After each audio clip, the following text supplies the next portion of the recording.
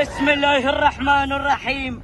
أيها الحفل الكريم، أعلنت انطلاقة الشوط الأول والشوط الرئيسي لسن الحقائق القعدان من المسافة هي 2 كيلومترات. إذن البداية والمقدمة يتقدم شواق بشعار عبد الله بن هليل الجهني من يقدم لنا شواق على المركز الأول، بينما المركز الثاني وصل النادر سالم بن عوض الجهني من يقدم لنا النادر على المركز الثاني. المركز الثالث الوصول والقدوم من ايضا النادر وسالم بن عوض الجهني. ثالث المراكز وصل العنيد بشعار عايد بن حماد الجهني، ووصل هنا شعار مفلح بن صبيان الجهني. لكن العودة إلى أبو جاسر، العودة إلى عبد الله بن هليل الجهني من يقدم لنا شواق على البداية الأولى على المقدمة، بينما المركز الثاني النادر سالم بن عوض الجهني من يقدم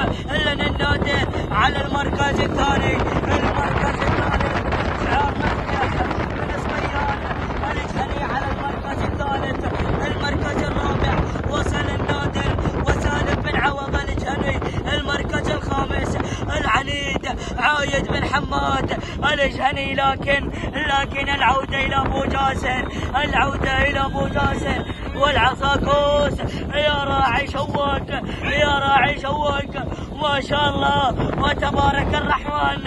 انطلق شواق ولكن النادر قادم.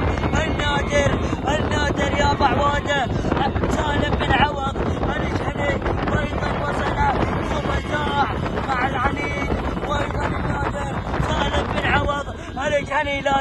لكن بو جاسر اتحرك وروح بالفوز، راح بالنوماس، راح بالانتصار. ما شاء الله وتبارك الرحمن. شواق عبد الله بن هليل الجهني انطلق بالنوماس، اندفع بالانتصار. النادر يحاول وسالم بن عوض الجهني وايضا العنيد، لكن بو جاسر روح بالنوماس، روح بالانتصار. عبد الله بن هليل الجهني من يقدم لنا شواق ما شاء الله وتبارك الرحمن. غادر بالشوط الاول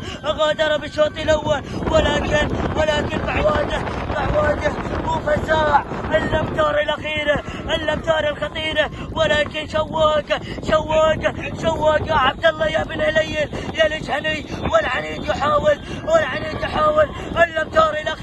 الامتار الخطيره.